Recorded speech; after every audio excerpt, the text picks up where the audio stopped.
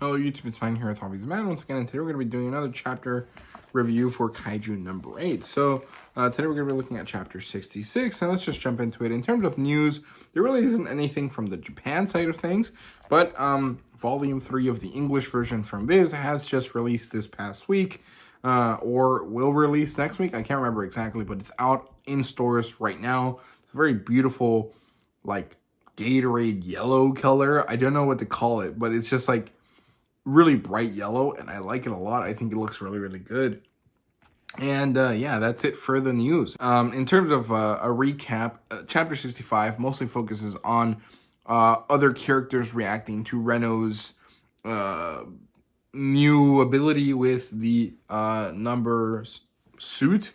Mostly it focuses with Kafka, of course, and Kafka is really trying to figure out what the heck is going on with himself and how he has to overcome the fact that he is just there because he's Kaiju number 8, and eventually he meets Hoshina, who then tells him that he will teach him how to fight, and then that is where this next chapter starts. The chapter has a page count of 32 pages. It's a little bit more than usual. That's great.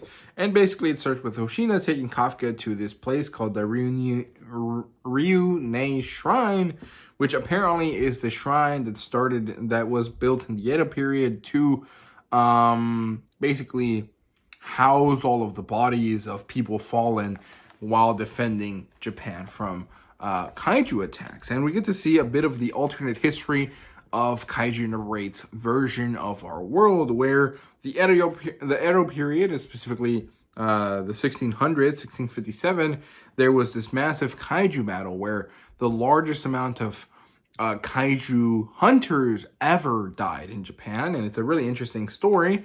And we get to see that, you know, all of the people that have fought kaiju from Japan are enshrined here, including Hoshina's own ancestors, because remember that Hoshina comes from a kaiju killing clan.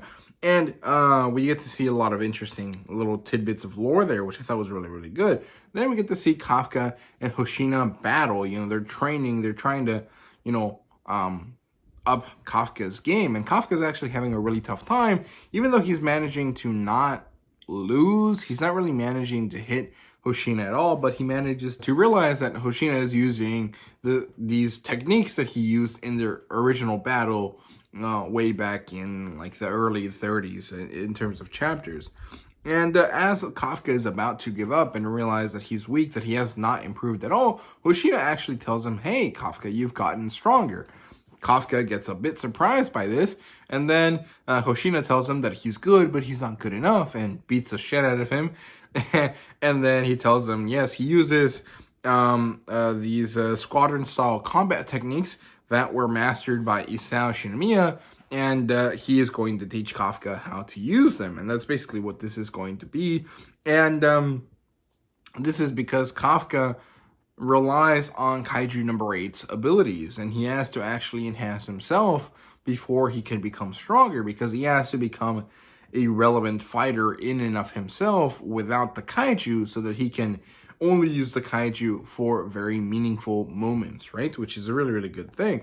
And then at the end of the chapter, Kafka sees this apparition, which looks like a samurai, but it doesn't have human eyes. It has a very demonic face, which is actually pretty common for these samurai armor face shield things, but also it has eyes that look kind of like a kaiju. And so I think that this is probably either a new kaiju or an apparition that happens to resonate with Kafka because Kafka houses a kaiju within him. So my theory here, and we're finally getting another theory section after a long time of not having any, is that the fact that so many people that fought kaiju are here, so many people that have been around kaiju energy, there's some sort of kaiju ghost that resides in the shrine that either protects the shrine or causes problems for people, curses people in some way. And this apparition is that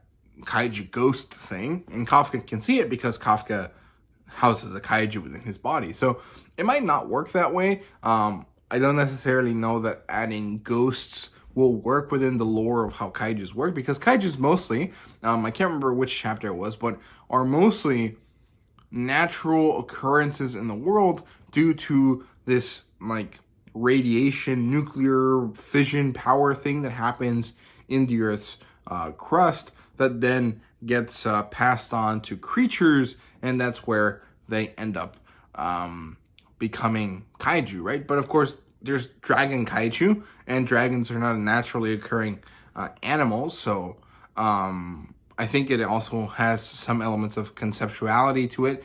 So it might be possible for a kaiju ghost to occur, but I'm honestly not really sure. So it would be really interesting to see how this goes. But yeah, that's all I have for you guys today. So I hope you guys enjoyed the video. If you did, please leave a like, subscribe, and comment down below. Let me know your thought. And thank you guys very much for watching. See you guys later.